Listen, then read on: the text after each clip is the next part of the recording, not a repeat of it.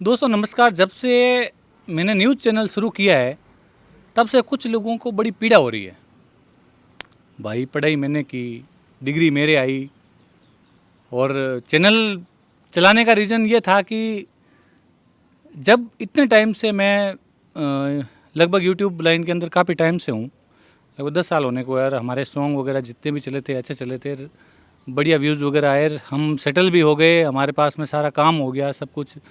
लेकिन उसके बाद में एक दिक्कत थी कि यार बहुत सारे लोग थे जो हमें कुछ चीज़ें बताते थे कि यार हमारे इस रिलेटेड वीडियो डालो, हमारी परेशानी जो है उसके संबंधित कोई वीडियो बना के आप अपलोड करो। लेकिन म्यूजिक चैनल होने की वजह से हम वो चीज़ें नहीं कर पाए।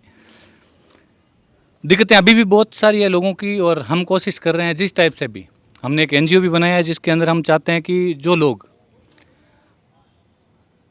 आर्थिक स्थिति से कमज़ोर हैं उनकी फाइनेंशियली भी हम हेल्प करके और लीगली कार्रवाई करवाएं। ऐसा नहीं कि हम किसी को पैसा देंगे या फिर पैसा परोसेंगे, नहीं करेंगे हम।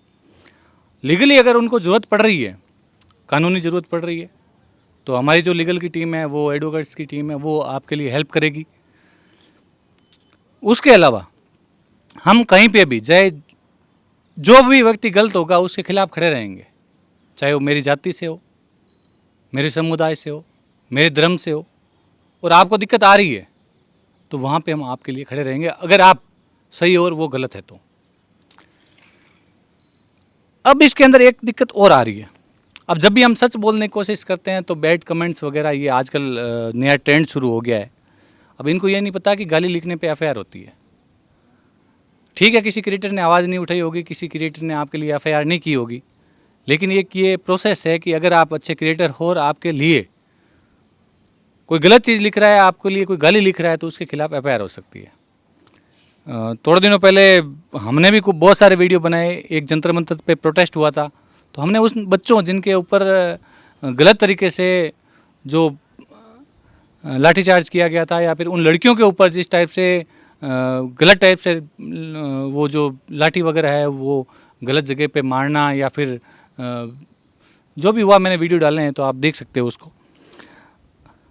अब बात आती है कि जब भी किसी नेता के ऊपर बात आती है तो उनके कुछ कट्टर आदमी होते हैं, उनको ये कभी पसंद नहीं है कि हमारा नेता चाहे जो भी है लेकिन गलत है, लेकिन उसके खिलाफ गलत सुनेंगे नहीं।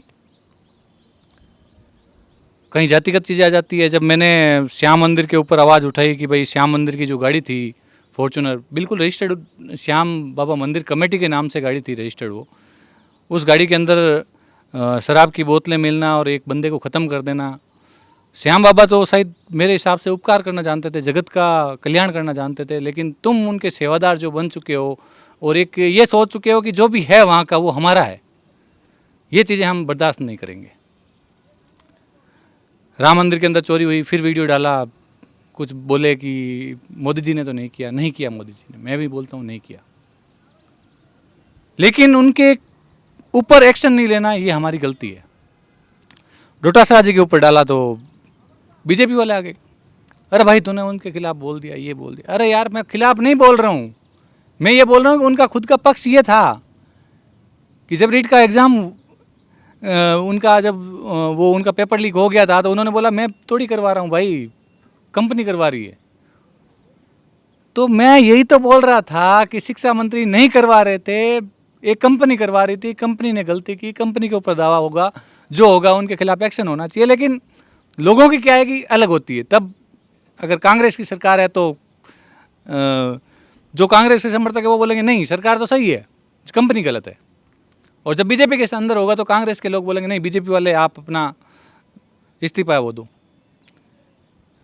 जब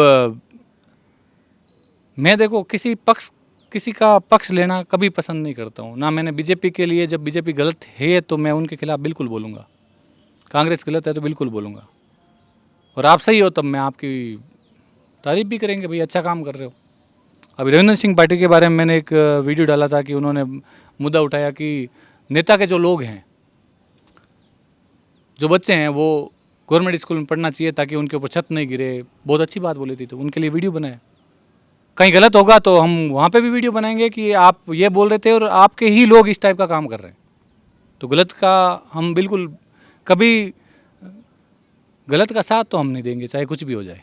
फिर उसके लिए हमें चैनल पे गालियाँ पड़े, चाहे गालियाँ हम सुन लेंगे, लेकिन मैं मोदी नहीं हूँ जो बोल दूंगा कि भाई जो स्टूडेंट्स हैं गलत बोला उनको माफ़ कर देते, नहीं होगा। हमसे माफ़ी नहीं, हम माफ़ी की उम्मीद हमसे मत करना, क्योंकि हम जहाँ पे खड़े होते हैं हम सोच समझ के खड़े होते हैं, वही बोलते हैं जो लोगों की रियल में दिक्कत है।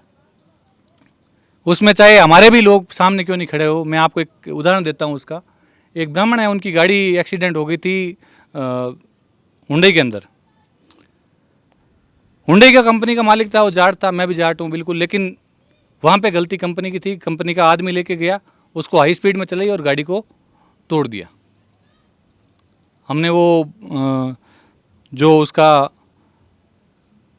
केस था वो भी हमने अपनी लीगल टीम के पास में रखवाया और उसको कंज्यूमर कोर्ट फर्स्ट सेकंड के अंदर हमें उसमें जीत भी मिली है, और आगे जो भी प्रोसेस है वो चलता रहेगा। लेकिन जो सच्चाई है उसको हम कभी नकार नहीं सकते, और गलत का साथ हम कतई नहीं देंगे। धन्यवाद खमागणी। यही है दया क्रांति, जो हर बात सच बोलेगी, ना डरेगी, ना झुकेगी, ना हमें डर लगता है, क्योंकि हमने जितनी ज़िंदगी जहाँ से शुरू होकर निकाली है ना, मैं उस दौर से निकला हूँ जब मेरे पास साइकिल भी नहीं थी। मेरी फीस हॉस्टल की फ़ीस एडॉप्ट नहीं कर सकते थे, मैं अपनी बुआ के पास रहता था। सोचो हमारी क्या स्थिति रही होगी। लेकिन आज का जो टाइम है, हमने बहुत पूरी दुनिया देख ली। मैंने अपना एक दौर देख लिया जिसके अंदर हमने महंगी गाड़ियों के शौक़ देख लिए, मकान के शौक़ देख लिए, लेकिन अब हमें ज़रूरत नहीं है। कहते हैं ना, जो टाइम होता है एक बंदे का मौज मस्ती करने का, वो हमने सारा देख लिया। अब हमें मौज मस्ती की ज़रूरत नहीं है।